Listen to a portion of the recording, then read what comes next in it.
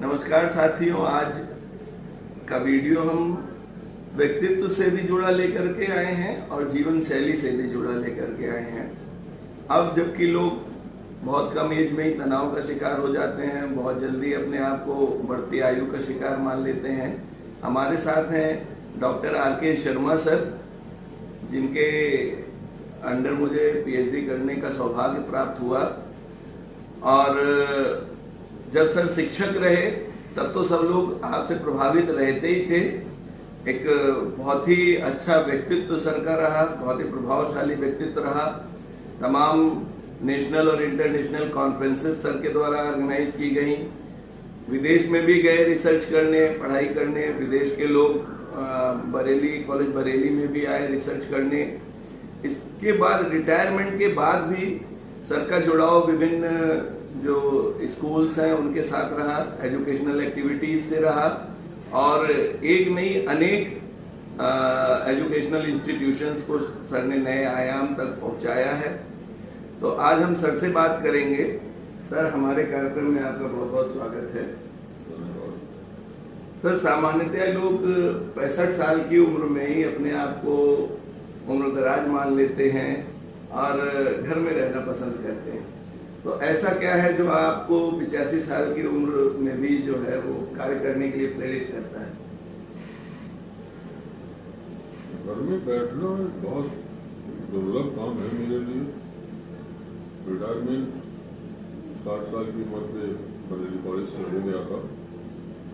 उसके बाद पता नहीं क्यों एक बीबीएल पब्लिक स्कूल के मैनेजमेंट ने मेरे घर आके मेरे मित्र और मेरे क्लास फेलो प्रोफेसर भूपेंद्र देव मेरे वाइस चांसलर थे, उनके साथ आए और मुझे लगभग मजबूर कर दिया कि मैं खाली न बैठूं। और एक स्कूल है उनका बीबीएल, वो चल नहीं रहा है, तो बच्चे बहुत कम हैं, आते नहीं, उसको मैं देखूं। पता नहीं मैंने किस मूड में उसको हाँ कर दिया।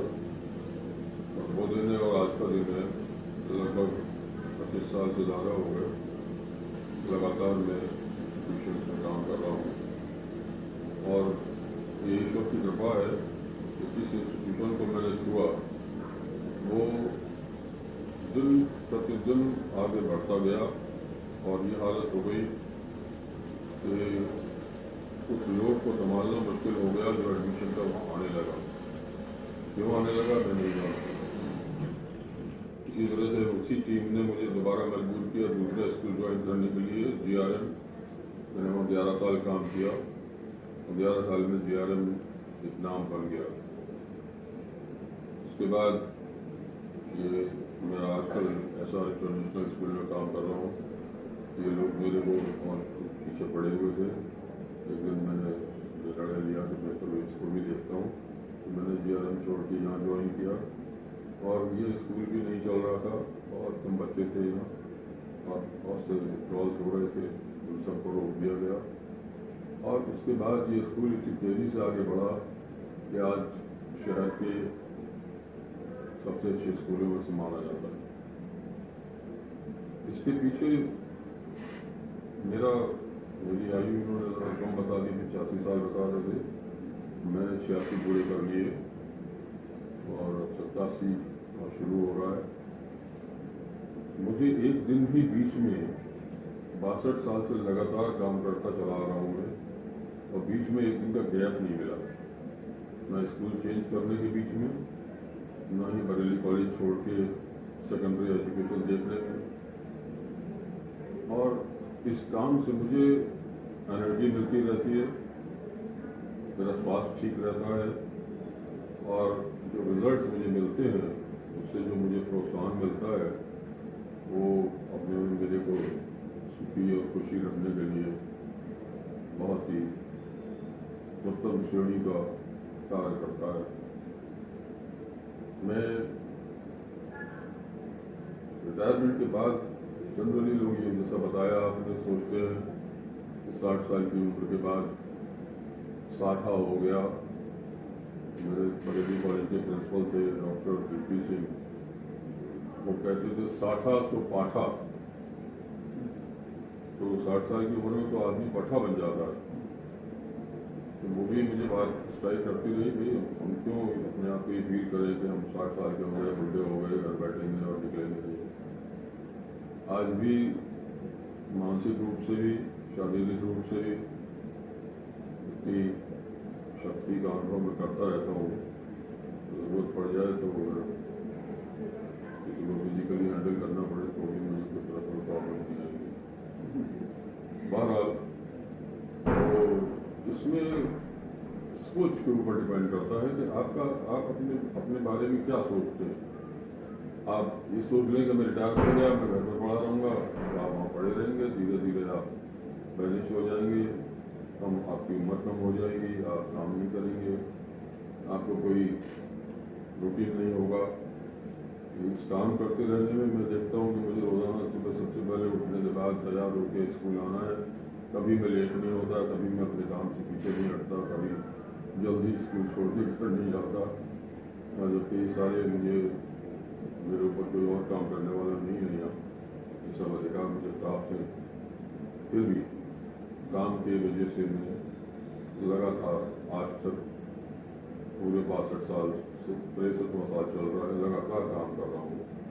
1958 में मैं बरेली कॉलेज में आया था और उस दिन से आज तक कोई बीच में गैप नहीं हुआ।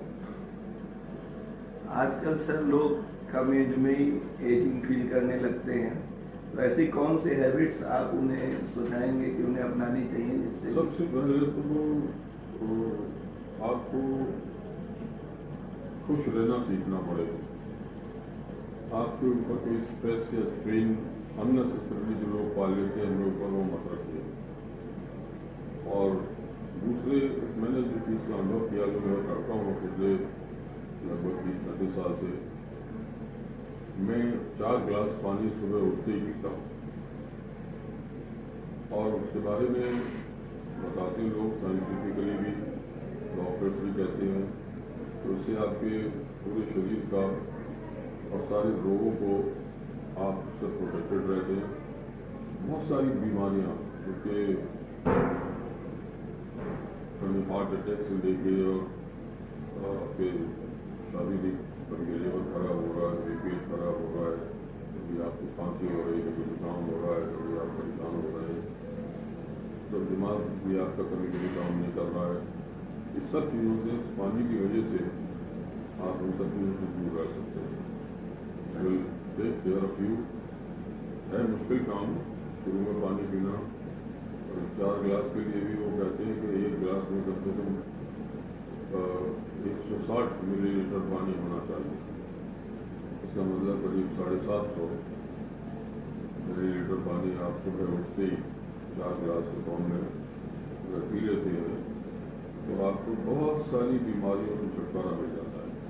ऑटोमेटिकली काम करने का जोश और शारीरिक शक्ति बनी रहती है। ये मेरा अपना पर्सनल एक्सपीरियंस है, इसलिए मैं आपसे शेयर कर रहा हूँ। उसके बाद अपने को स्वस्थ रखने के लिए अपने भोजन प्रणाली पर भी आपको ध्यान देना पड़ेगा। आप क्या खाते हैं, क्या कब खाते हैं, कैसे खाते हैं, कब सोते हैं, कब उठते हैं, इन सब चीज़ों को भी आप और से देखेंगे।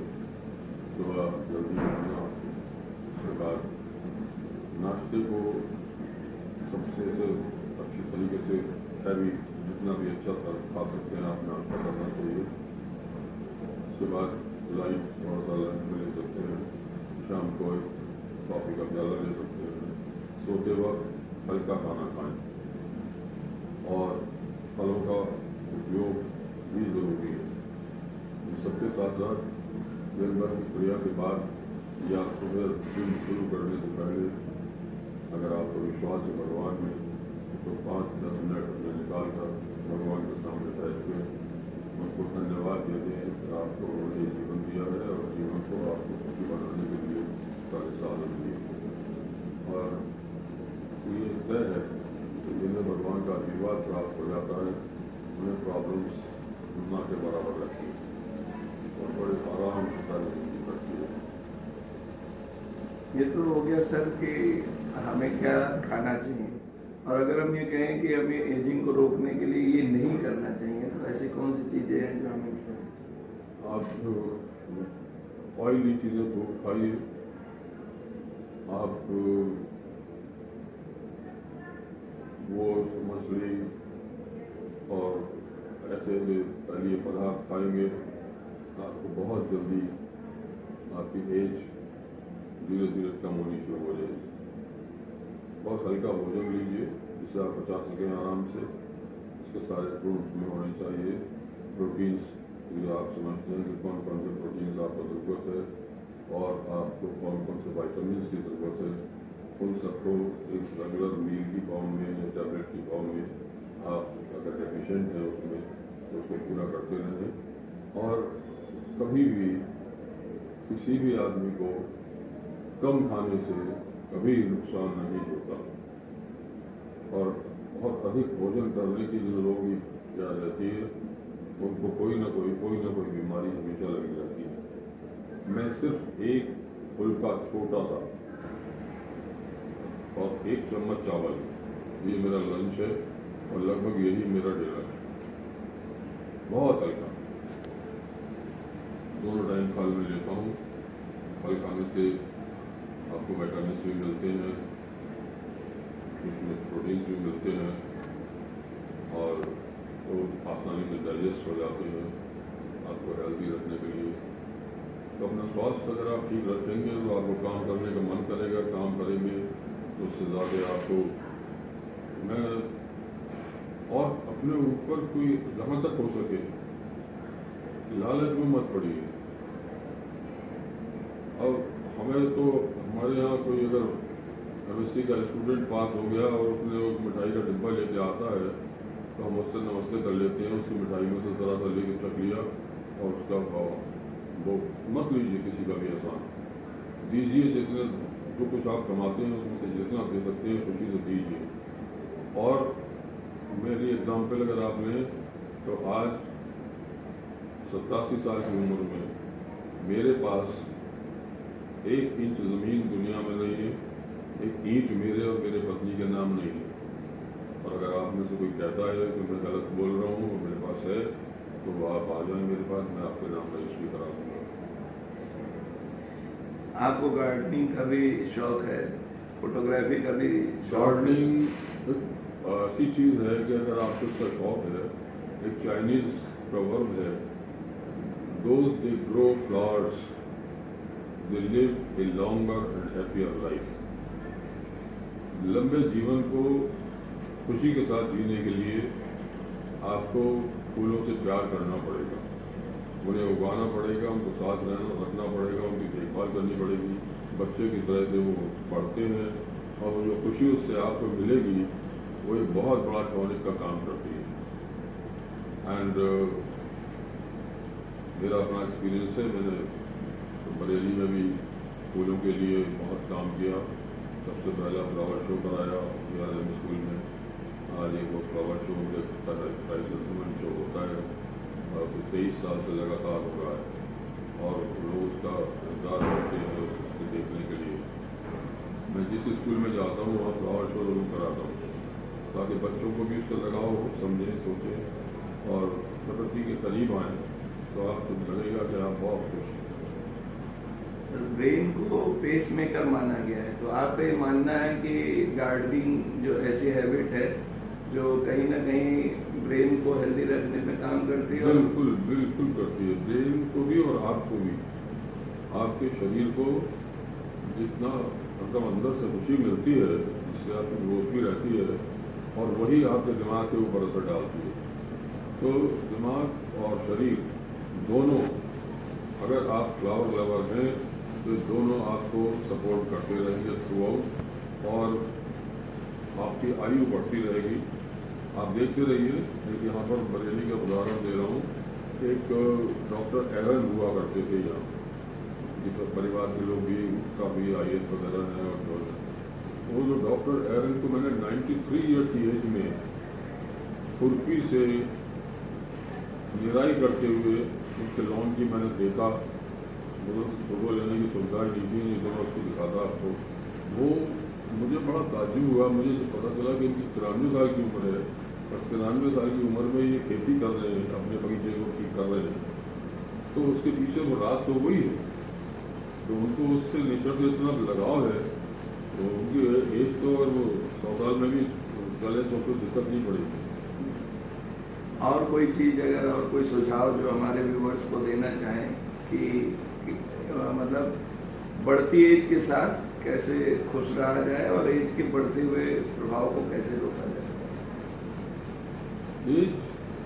एजिंग तो आपको, अगर आप स्ट्रेस में रहेंगे, आप बहुत ज़्यादा लोलुपता में रहेंगे, लालच में रहेंगे, पैसा जोड़ने की आपकी एक ज़बरदस्ती वो बन जाएगी आप आदत कि किसी तरह से भी कहीं से भी मुझे कुछ प्राप्त होता रहे, तो आपकी एज आगे नहीं बढ़ सकती। इन सब चीज़ों से आप दूर रहेंगे, खुश रहेंगे, नेचर के साथ रहेंगे और फिर देखिएगा कि कितने लंबे समय तक आपको भगवान सुखी रखता है और आपकी एज का कोई अंत नहीं है। आप 100 साल तक भी जी सकते हैं और आप 99 साल में भी जा सकते हैं और 90 में भी जा सकते हैं। 21 ईयर्स की हैं और वो सारे काम अपने हाथ से करती हैं, चलती हैं, बढ़ती हैं, चढ़ती हैं, धीरे चढ़ जाती हैं, ऊपर आराम से आती हैं और घर के काम में मदद करती हैं और लोगों की, and she is very happy. आज आपने सुना डॉक्टर आर.के. शर्मा सर को, जो बरेली के लिए तो वेल नोन हस्ती है ही, एकेडमिक्स के फील्ड में देश और विदेश में भी उनको जाना जाता है। और सर ने स्पष्ट बताया कि अगर आप स्ट्रेस नहीं लेते हैं, आप नेचर के करीब जाते हैं, आप प्राकृतिक चीज़ों से के अतिरिक्त अनर्गल लाभ की आकांक्षा नहीं करते हैं, तो आप एक लंबा और खुशहाल जीवन व्यतीत कर सकते हैं। और यही कारण है कि सर अभी भी वर्किंग है और बड़ा एक्टिवली इस इंस्टीट्यूशन को बहुत ही सक्सेसफुली चला रहे हैं।